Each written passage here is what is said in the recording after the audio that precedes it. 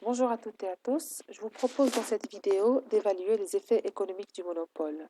Pour ce faire, je vais faire une comparaison du surplus collectif, c'est-à-dire la somme du surplus consommateur et du surplus producteur, en situation de monopole et en situation de concurrence, c'est-à-dire lorsque le monopole accepte de pratiquer une tarification selon les conditions de la concurrence ou bien une tarification au coût marginal.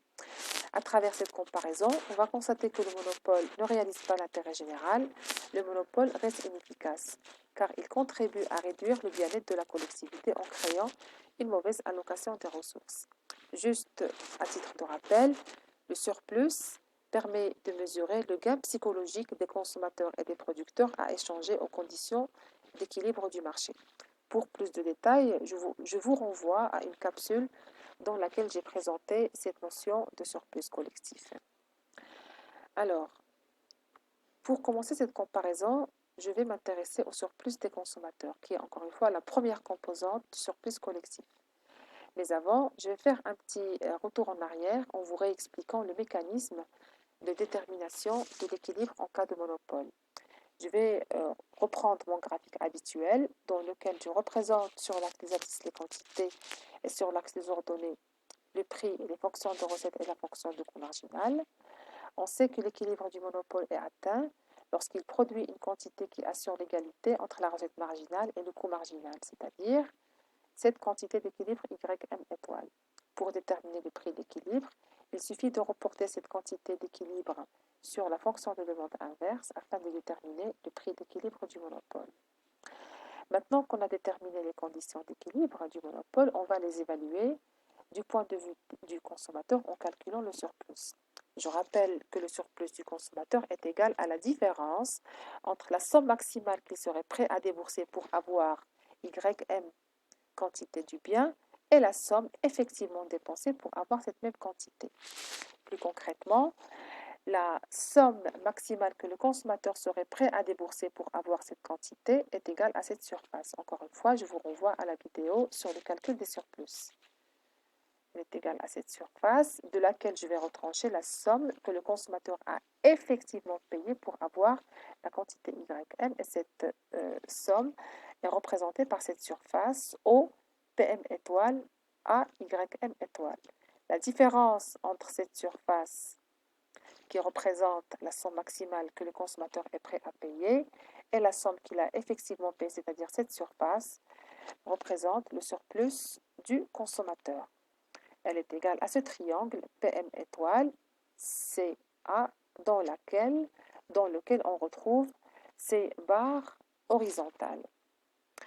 Qu'en est-il de ce surplus du consommateur lorsque le monopole accepte de pratiquer une tarification au coût marginal, c'est-à-dire une tarification selon les conditions de la concurrence? Vous savez maintenant que les entreprises dans une situation de concurrence maximisent leur profit lorsqu'elles égalisent le coût marginal de la quantité d'équilibre avec le prix. C'est ce qu'on va essayer d'appliquer au monopole. On va lui demander de pratiquer une tarification au coût marginal et on va comparer les deux situations du point de vue des consommateurs. Alors, si le monopole accepte de pratiquer une tarification au coût marginal, il va égaliser le prix avec le coût marginal. Il va assurer l'égalité entre la fonction de demande inverse ou bien le prix avec le coût marginal et on va avoir les conditions d'équilibre suivantes en cas de tarification au coût marginal. Il va produire une quantité YC étoile qu'il va vendre au prix PC étoile. Le surplus de ces conditions d'équilibre du point de vue des consommateurs va être égal, encore une fois, à la somme que le consommateur est disposé à payer pour avoir cette quantité d'équilibre YC étoile et la quantité qu'il va effectivement débourser pour avoir cette quantité, c'est-à-dire cette surface. La différence entre les deux surfaces représente le surplus du consommateur ou bien ce triangle PC étoile CB. Nous constatons en comparant les deux surplus, le surplus en cas de monopole, PM étoile CA, et le surplus en cas de tarification au coût marginal, PC étoile CB, que le consommateur subit une perte de surplus en passant du monopole à la concurrence. En effet, cette perte de surplus est égale à PC étoile, PM étoile, AB. Nous pouvons expliquer cette perte de surplus du consommateur en passant de la concurrence au monopole par deux effets. Par un un effet prix et par un effet quantité. En effet, lorsqu'on passe de la tarification au coût marginal au monopole, on constate que le prix va augmenter. Il passe de PC étoile à PM étoile. Cet effet hausse du prix est représenté par la surface PC étoile, PM étoile, A, D. En revanche, cette perte de surplus du consommateur n'est pas très grave parce qu'elle va être récupérée par les producteurs. On va dire qu'il va y avoir un transfert de richesse du consommateur vers le producteur en passant de la situation de la concurrence à la situation de monopole. Encore une fois, cette situation est expliquée par l'effet hausse du prix en passant de la concurrence au monopole. En revanche, la deuxième partie de la perte de surplus, qui est représentée par cette surface A, D, B, est expliquée par un effet quantité. On remarque que lorsqu'on passe de la concurrence au monopole, il y a une baisse de l'offre de YC étoile à YM étoile. C'est la raison pour laquelle la perte de surplus du consommateur ADB est totalement perdue par la collectivité.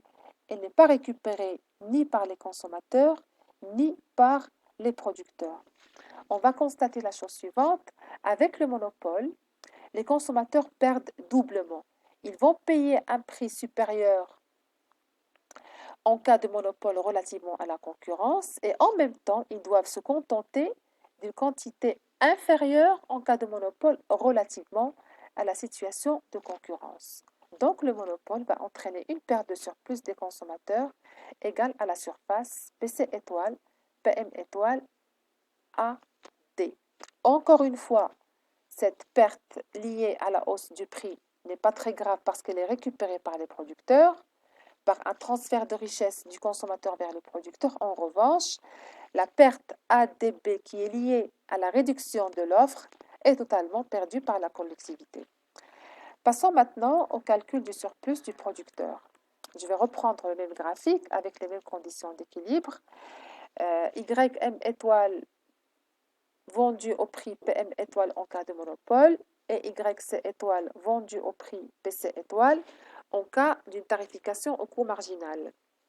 On va calculer l'équilibre du producteur et je rappelle, le surplus du producteur et je rappelle que ce surplus est égal à la différence entre la recette effectivement réalisée de la vente de la quantité YC étoile en cas de tarification au coût marginal au prix PC étoile et de la recette minimale pour laquelle il accepterait de vendre la quantité YC étoile.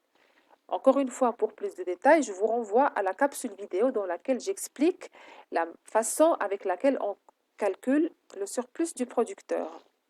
Alors, étant donné ce que je viens de dire, le surplus du monopole en cas de tarification au coût marginal va être égal à la somme qu'il a effectivement perçue de la vente de la quantité YC étoile au prix PC étoile, c'est-à-dire à cette surface, au PC étoile BYC étoile, de laquelle il va retrancher la recette minimale pour laquelle il accepterait de vendre YC étoile, c'est-à-dire à cette surface, au BYC étoile. La différence entre les deux surfaces représente le surplus en cas de tarification au coût marginal. Ce surplus va être égal à F, PC étoile, BE. Qu'est-ce qui va arriver pour ce surplus lorsqu'on va passer de la situation de tarification selon les conditions de la concurrence au coût marginal à la situation de monopole? De la même manière, je vais calculer le surplus. Ce surplus de monopole est égal à la somme effectivement perçue par le monopole en vendant la quantité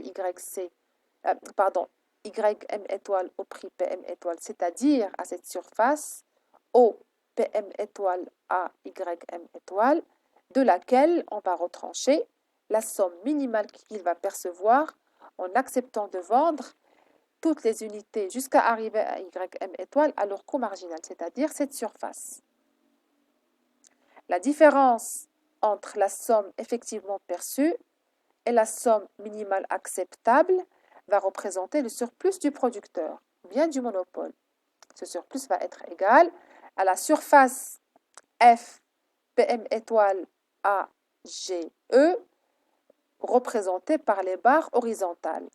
En comparant les deux surplus, le surplus en cas de concurrence, FPC étoile BGE, et le surplus en cas de monopole, FPM étoile AGE. On constate que le monopole profite à la fois d'un gain de surplus par rapport à la concurrence égale à PC étoile, PM étoile, AD et d'une perte de surplus égale à la surface DGB. Je vais commencer par cette surface qui représente un gain de surplus en cas de monopole par rapport à la concurrence. PC étoile, PM étoile, AD. Ce gain de surplus est lié à l'effet prix, à l'effet augmentation du prix lorsqu'on passe de la situation de concurrence à la situation de monopole. C'est ce que je vous ai dit tout à l'heure en vous montrant le surplus du consommateur. Je vous ai dit que cet effet hausse du prix en cas de monopole relativement à la concurrence n'est pas très grave parce que cette perte de surplus du consommateur est récupérée par le producteur, parce qu'elle se manifeste par un transfert de revenus du consommateur vers le monopole. Et c'est ce qu'on retrouve ici lorsqu'on calcule le surplus du monopole. En effet, il gagne en termes de surplus par rapport à la concurrence. Cette surface PC étoile PM étoile AD, encore une fois, ce gain de surplus est lié à l'effet hausse du prix en cas de monopole relativement à la situation de concurrence. En revanche, la perte de surplus qu'on subit lorsqu'on passe de la concurrence au monopole, égale à la surface GDB, est expliquée par l'effet réduction de l'offre en cas de monopole relativement à la situation de concurrence. Cette réduction de l'offre n'est pas récupérable ni par le consommateur ni par le producteur, donc on va dire qu'elle est totalement perdue par la collectivité. Maintenant qu'on a compris les deux surplus consommateur et producteur, je vais sommer le surplus du consommateur et le surplus du producteur dans les deux situations, en cas de monopole et en cas de concurrence. L'objectif est de vérifier laquelle des deux situations est socialement optimale et réalise le bien-être collectif. Le surplus en cas de monopole est égal à la surface FCAGE et le surplus en cas de concurrence est égal à la surface FCBGE. Nous remarquons en cas de monopole une perte de surplus collectif égale à la surface ABG. C'est ce qu'on appelle en économie la charge morte du monopole. En effet, la tarification au coût marginal est socialement optimale car elle procure un surplus plus important égal à la surface ABG relativement à la situation de monopole. En effet, le monopole entraîne une détérioration du surplus collectif égale à cette même surface. Encore une fois, cette perte de bien-être social est appelée charge morte du monopole. Elle est due au fait qu'à l'équilibre, le monopole va produire moins et va vendre à un prix plus élevé par rapport à la situation de monopole. C'est ce qu'on appelle le monopole malthusien. En guise de conclusion, par rapport à la concurrence, le monopole entraîne une perte de surplus collectif que j'ai qualifiée dans le graphique de charge morte de monopole. La hausse du prix de vente réduit le surplus du consommateur. Une partie du surplus est transférée au producteur. Mais par contre, une autre partie est totalement perdue pour la société. C'est la surface dont je vous ai parlé tout à l'heure, ADB. De la même manière, une partie du surplus du producteur qui existait en concurrence est perdue pour la collectivité en situation de monopole et la surface GDB. La perte sociale totale est le triangle AGB et c'est la charge morte du monopole. C'est ce que j'étais en train de vous expliquer tout à l'heure à travers le graphique. On va conclure et dire que le monopole entraîne une mauvaise allocation des ressources et une redistribution des revenus des consommateurs vers le producteur. Donc le monopole ne réalisent pas l'intérêt général comme ce qui se passe en situation de concurrence. Merci pour